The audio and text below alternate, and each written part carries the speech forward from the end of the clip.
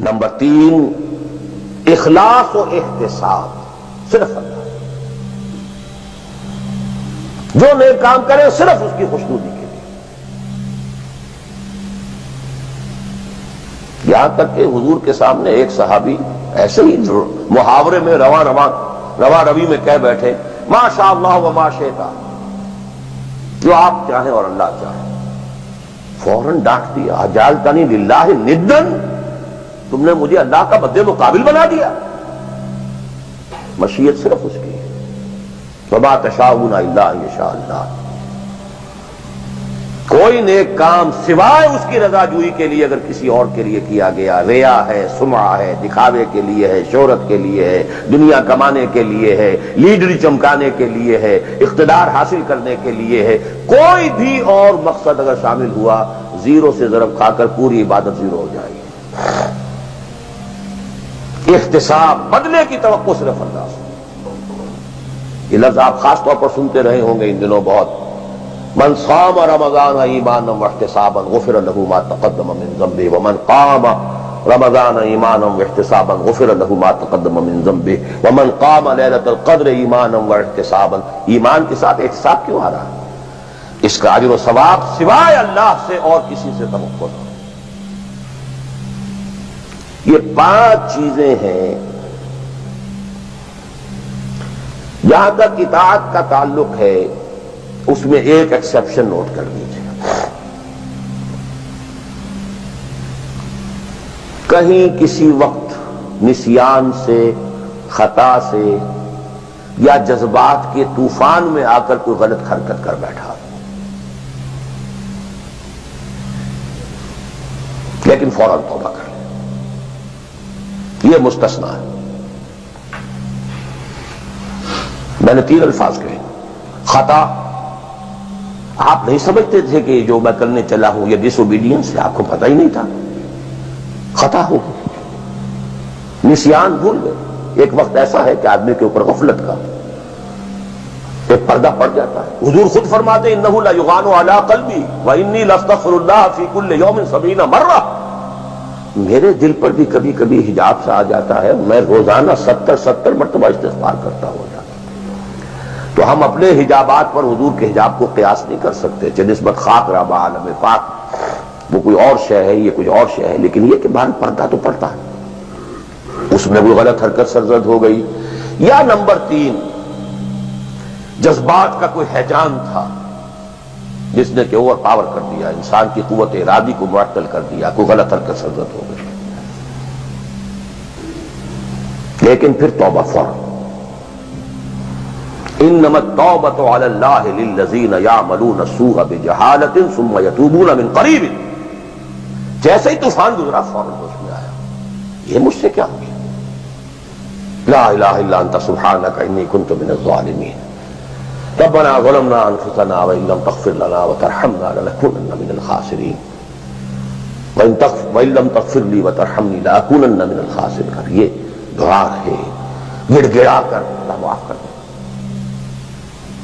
It will be written off. It will be expunged. محو کر دیا جائے. یکفر عنہ سیئاتہ، اس کے معنی یہی ہے. ہاں اس کے برعکس اگر ایک گناہ بھی جان بوجھ کر مستقلاً کرتے رہے، ایک، باقی ساری 99% عبادت ہو رہی ہے، ایک حرام شے کو اپنے لیے حلال ٹھہرا لیا، شعوری طور پر، ارادی طور پر، مداومت کے ساتھ اس کے اوپر ڈیرے جما لیے، وہ ایک گناہ جو ہے وہ پوری عبادت کو زیرو سے ضرب دے کر زیرو کر دے گا، اور خلود فی النار، آگ میں ہمیشہ رہنے کی وعید. بلا من کسب سیئۃ واحاطت بہ خطیئتہ فاولئک اصحاب النار هم فیہا خالدون. ان پوائنٹس کو اچھی طرح نوٹ کیجیے. خطا میں فرق ہے، گناہ میں فرق ہے. ایک گناہ غیر شعوری طور پر ہو گیا، خطا سے ہو گیا، نسیان سے ہو گیا، وقتی طوفان جذبات کا، کسی ایسی محفل میں تھے، مجلس میں تھے، کھو گئے، غلطی ہو گئی، فوراً متنبہ ہو گئے فوراً. یہ اور ہے.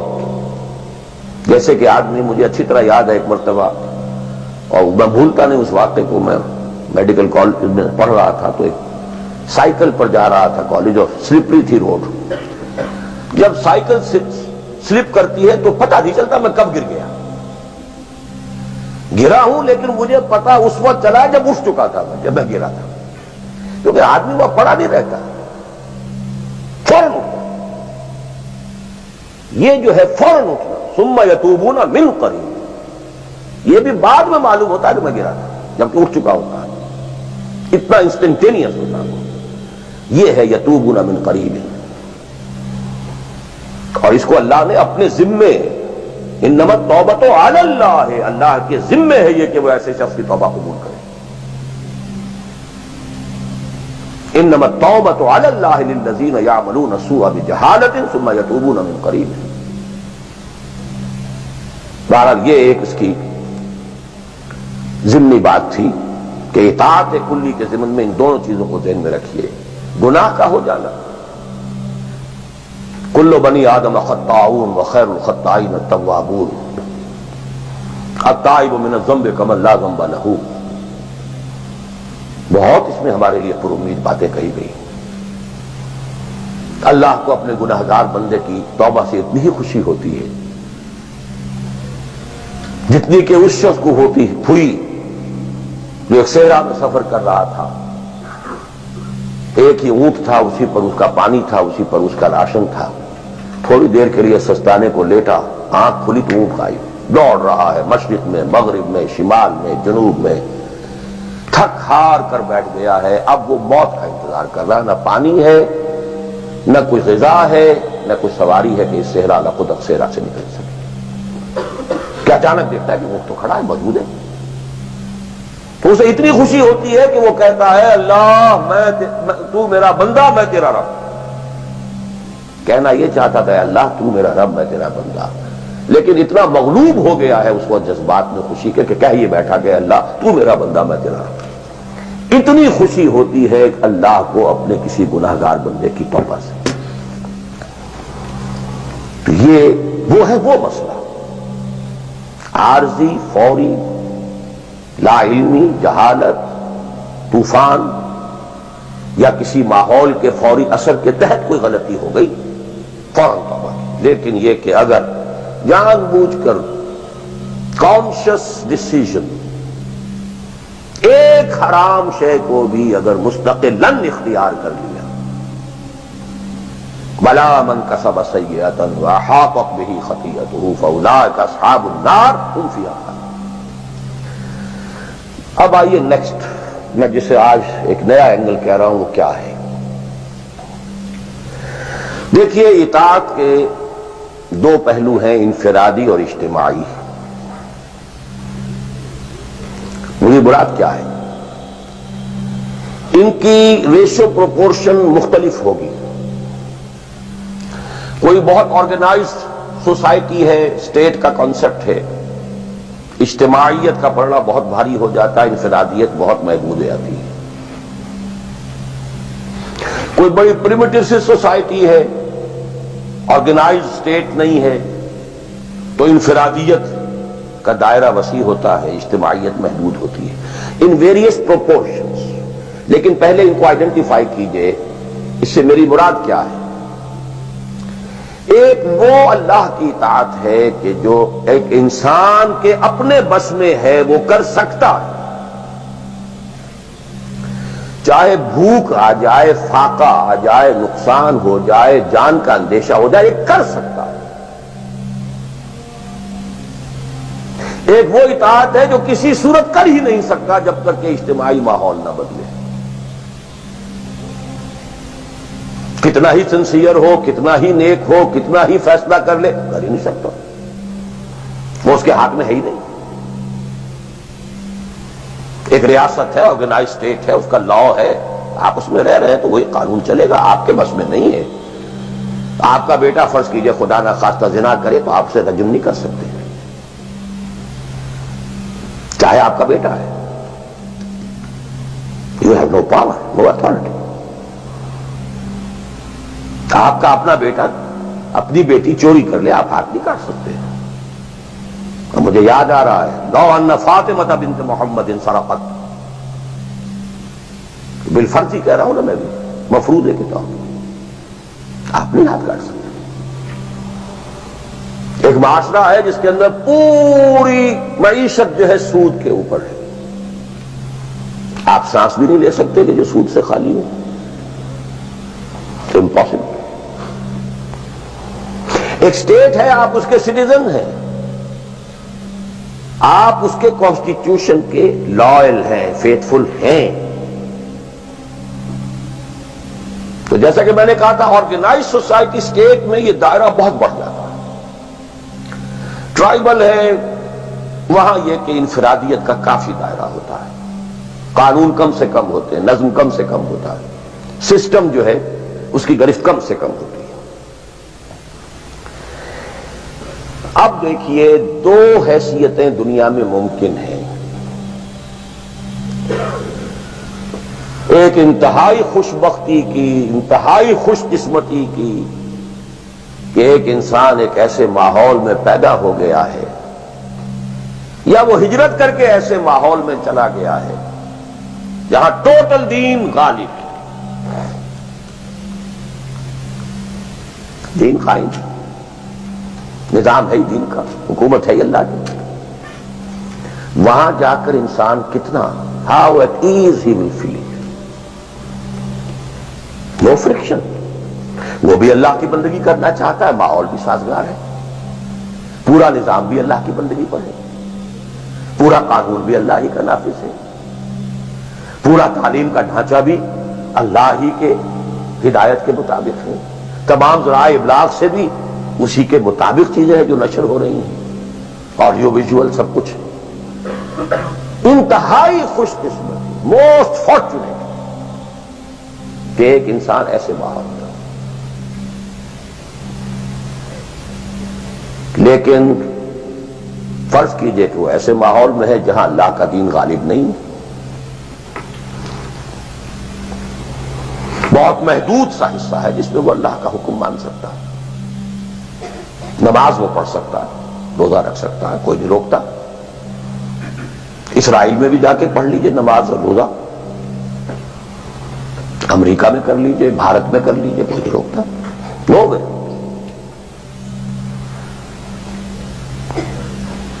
لیکن باقی ویرینگ ڈگریز میں ہوگا یہ کہ زندگی کا 75%، 80%، 50%، 60% وہ باطل کے قبضے میں ہے، تو وہ بھی تو 50%، 60% کافر ہے۔ He's a part and parcel of that environment, of that system۔ قرآن کے تینوں فتوے اس پر بھی تو لگ رہے ہیں، وَمَن لَّمْ يَحْكُم بِمَا أَنزَلَ اللَّهُ فَأُولَٰئِكَ هُمُ الْكَافِرُونَ وَمَن لَّمْ يَحْكُم بِمَا أَنزَلَ اللَّهُ فَأُولَٰئِكَ هُمُ الْفَاسِقُونَ وَمَن لَّمْ يَحْكُم بِمَا أَنزَلَ اللَّهُ فَأُولَٰئِكَ هُمُ الظَّالِمُونَ۔ وہی ظالم ہے، اور ظالم سے مراد مشرک، ان الشرک لظلم عظیم، وہی کافر ہے۔ بتوں سے تجھ کو امید ہے، خدا سے نو امیدی، مجھے بتا تو صحیح اور کافری کیا ہے؟ کفر کہتے کسے؟ وہی تو فاسق ہے، ناہنجار ہے، باغی ہے۔ ویرنگ ڈگریز کے اندر جتنا بھی اس نظام کی گرفت ہے، اس درجے میں ہر وہ شخص کافر اور ظالم اور مشرک ہے جو اس ماحول میں رہ رہا ہے۔ ان دونوں حالتوں میں دین کے تقاضے بالکل ایک دوسرے کے برعکس ہو جاتے ہیں۔ اب یہ پوائنٹ ہے جو میں چاہتا ہوں آج، I want to hammer it۔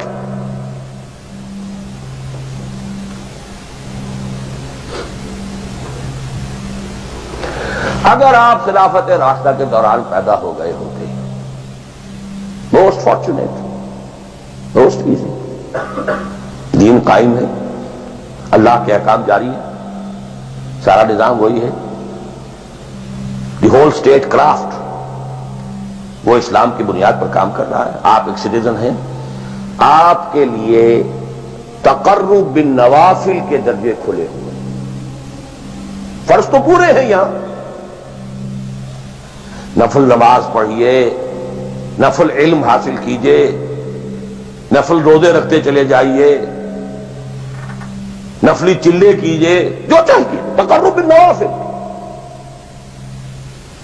اور اس تقرب بالنوافل کا درجہ یہاں تک اونچا ہو سکتا ہے وَيَتَقَرَّبُ إِلَيَّ عَبْدِي بِالنَّوَافِلِ حَتَّى أَكُونَ، میرا بندہ نوافل کے ذریعے سے میرا تقرب حاصل کرتا جاتا ہے یہاں تک کہ میں اس کی آنکھیں بن جاتا ہوں جن سے وہ دیکھتا ہے، اس کے کان بن جاتا ہوں جن سے وہ سنتا ہے، اس کے ہاتھ بن جاتا ہوں جن سے وہ پکڑتا ہے، اس کے پاؤں بن جاتا ہوں جن سے وہ چلتا ہے. حدیث قدسی، اور سارے وہابی بھی مانتے ہیں اس کو، یہ نہ سمجھیے کہ یہ کسی صوفی کی بڑھ ہے. حدیث صحیح عند کل المحدثین. اللہ ہاتھ بن جاتا ہے آپ کا، اللہ پاؤں بنتا ہے آپ کا، اللہ آنکھ بنتا ہے آپ کی، اللہ کان بنتا ہے. یہ بہت اونچی بات ہے، بہت اونچی بات ہے، بہت اونچی بات ہے. لیکن یہ تقرب بالنوافل کا درجہ کہاں آئے گا؟ جہاں آپ ایک اسلامی نظام کے تحت سانس لے رہے ہیں، جہاں وہ اسلامی نظام نہیں ہے. پہلا فرض تن من دھن اس نظام کو بدلنے کے لیے لگا دینا. اگر یہ نہیں ہے تو نماز نہیں ہے، منہ پر دے ماری جائے. میں جو کچھ کہہ رہا ہوں ولا وجل بصیرت کہہ رہا ہوں، میری پوری زندگی کے مطالعے کا نچوڑ ہے. نماز منہ پر دے ماری جائے، روزے منہ پر دے مارے جائے. You reconcile yourself to that system جو میری بغاوت کے اوپر مبنی تھا.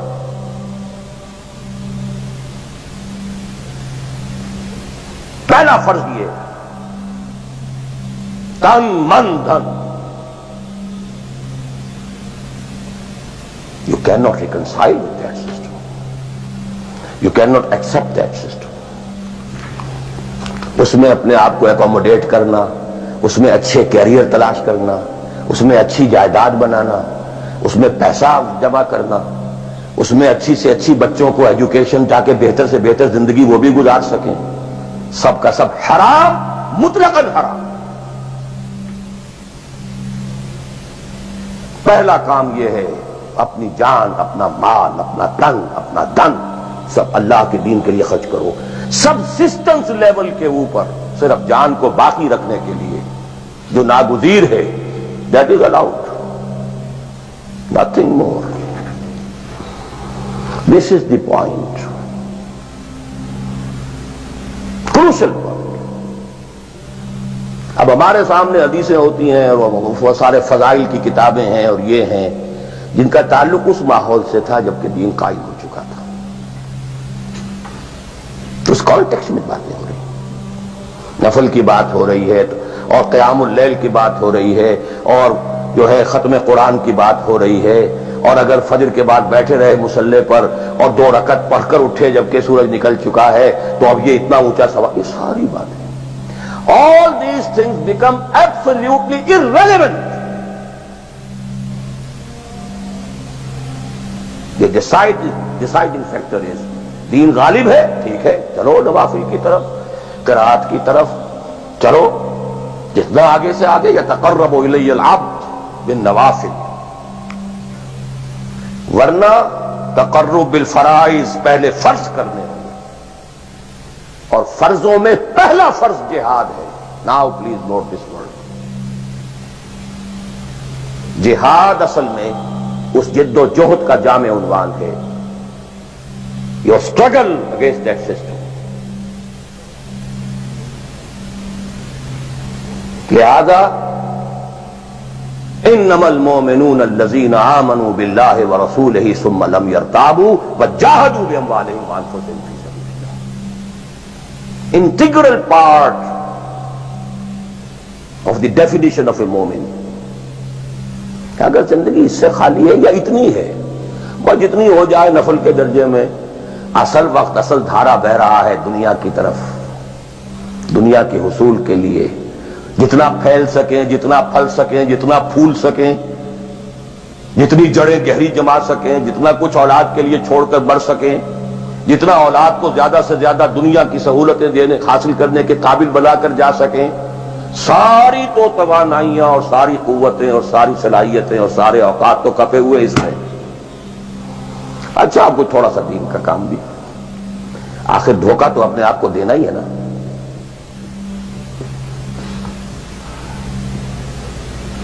قسمت فروش عورتیں بھی تو کالے کپڑے پہن کے جلوس میں نکلتی ہیں تازیوں کے، اور سبیلیں لگاتی ہیں اور مسجدیں بناتی ہیں۔ They have to deceive themselves۔ ڈاکو لوگ نہایت سفاک یتیموں اور بیواؤں کی سرپرستی کرتے تھے۔ ہمارے معاشرے میں جو بستہ الف بستہ بے کے غنڈے ہوتے ہیں، ان کے ہاں بھی نیکی کا، پن کا، خیر کا کھاتا ہوتا ہے۔ اسی طرح کچھ مذہبی ایکٹیویٹی ہے۔ اصل شے یہ ہے کس ماحول میں رہ رہے ہیں۔ بہت خوش قسمت ہوتا میں اور آپ، پھر آپ اچھے سے اچھا پہنتے، کوئی اعتراض نہیں، اچھے سے اچھا کھاتے۔ قل من حرم زینۃ اللہ التی اخرج لعبادہ والطیبات من الرزق۔ خلافت راشدہ میں آپ رہ رہے ہیں، آپ حلال ذریعے سے کما رہے ہیں، آپ بہت اچھا کھائیے، بہت اچھا پہنیے، بلکہ اللہ چاہتا ہے کہ اس کی نعمت جو اس نے تمہیں دی ہے وہ تم پر ظاہر ہو۔ لیکن پلیز نوٹ دی کانٹیکسٹ۔ دین مغلوب ہو اور آپ اچھا پہننے اور اچھے کھانے کی فکر میں ہو۔ مجھے جملہ یاد آ رہا ہے حضرت ابو بکر کا رضی اللہ تعالی عنہ۔ تھوڑا سا مسئلہ ہوا تھا کہ لوگوں نے کہا کہ زکوٰۃ ہم دیں گے لیکن زکوٰۃ ریاست کو نہیں دیں گے، اپنے طور پر خرچ کریں گے۔ حضرت ابو بکر نے فیصلہ کیا ان کے خلاف جنگ کا۔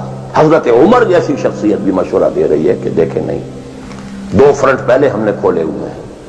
جیش اسامہ کو بھی آپ نے روکا نہیں کہ جائے، حضور نے تیار کیا تھا۔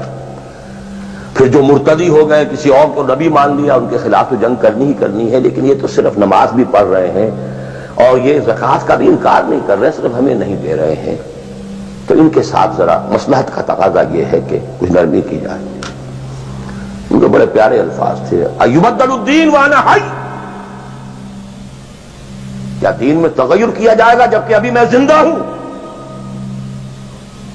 خدا کی قسم اگر یہ حضور کے زمانے میں زکوٰۃ کے اونٹوں کے ساتھ ان کے باندھنے والی رسی بھی دیتے تھے، اور اب اگر یہ کہیں گے کہ اونٹ لے جاؤ رسی نہیں دیں گے، تب بھی میں قتال کروں گا، اور خدا کی قسم کوئی میرا ساتھ نہیں دے گا تو میں اکیلا جاؤں گا۔ اور اے عمر تمہیں کیا ہو گیا؟ تم جاہلیت میں تو بڑے سخت تھے، اسلام میں آ کر تم نرم ہو گئے ہو۔ یہ ڈانٹ ابو بکر پلا رہے ہیں عمر کو رضی اللہ تعالی عنہ۔ تو اچھی طرح جان لیجیے، اب میں نہیں کہہ سکتا کہ میں کس طریقے سے اس کو بیان کروں، کیسے ٹھوک ٹھوک کر آپ کے ذہنوں میں اتاروں۔ یہ ہے اصل شے، دین کا سارا سٹرکچر ہی بالکل ریورس ہو جاتا، the whole value structure absolutely changes. دین غالب ہے تو وہ ساری باتیں ہیں جو ہم نے خوب یاد کی ہوئی ہیں۔ حاصل حقوق والدین بھی تو ہے نا، آخر بچوں کے حقوق بھی تو ہے نا۔ یہ حقوق والدین جو ہیں ان مہاجرین کو یاد نہیں آئے جو اپنے ماں باپ کو چھوڑ کر مدینے پہنچ گئے تھے۔ یہ اولاد کے حقوق انہیں یاد نہیں آئے، بیویوں کے حقوق یاد نہیں آئے۔ وہ تو فینیٹسٹ تھے نا، پاگل تھے نا۔ مدینے کے منافقین نے انہیں سفہاء کہا تھا، بے وقوف لوگ ہیں یہ۔ انؤمن کما آمن السفہاء، these fools، these fanatics۔ یہ ساری حدیثیں آپ کو یاد ہیں۔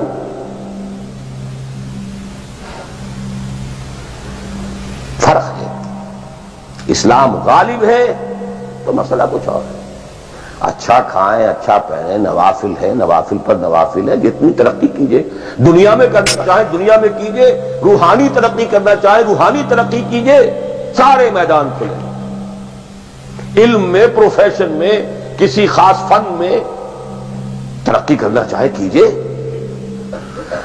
دین غالب نہیں ہے، اور آپ خود 50%, 60%, 70%, 90% کافر ہیں، اس لیے کہ اس ماحول کا جز ہے جس میں کفر کا نظام ہے۔ تو پہلا کام تو اپنے آپ کو اس کفر سے نجات دلانا ہوگا، پھر نماز بھی اسی کے لیے ہے۔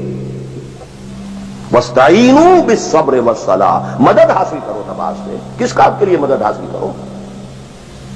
The mission to make the deen of Allah supreme، ان اقیموا الدین۔ نماز اس کے لیے سبسرمینٹ ہے، اس کے لیے مدد ہے۔ روزہ اسی کے لیے جنگ کرنے کی صلاحیت پیدا کرنے کے لیے ہے۔ اس لیے 23ویں رکوع میں سورہ بقرہ کے روزے اور رمضان کے احکام ہے، 24ویں رکوع میں قتال شروع ہو گیا۔ قاتلوا فی سبیل اللہ الذین یقاتلونکم۔ اور عرب جو ہیں وہ روزہ رکھواتے ہی صرف گھوڑوں کو تھے، خود تو رکھتے ہی نہیں تھے، کیونکہ گھوڑے کو استعمال کرتے تھے لوٹ مار میں، غارت گری میں، جنگوں میں۔ اور گھوڑا ہے نرم نازک مزاج جانور، پیاس برداشت نہیں کر سکتا، بھوک برداشت نہیں کر سکتا، اونٹ تو کر جاتا ہے، چاہیے تھا انہیں گھوڑا، لہذا گھوڑے کو عادی بناتے تھے دھوپ کا، پیاس کا، بھوک کا، تاکہ ایسا نہ ہو کہ اہل مارکے کا وقت اور گھوڑے صاحب جواب دیے بیٹھے تو سوار کیا کرے گا۔ تو ساما یسومو عربی زبان میں گھوڑے کے لیے تھا، انسانوں کے لیے تھا ہی نہیں۔ یہ تو مدینے میں آنے کے بعد پھر حضور نے یہودیوں کو دیکھا کہ روزہ رکھتے ہیں، تو آپ نے بھی مسلمانوں سے کہا عاشورہ کا روزہ ہے وغیرہ وغیرہ، چھوڑ دیجیے اس بات کو، لمبی ہو جائے گی۔ یہ ساری چیزیں اصل میں ہیں اس مقصد کے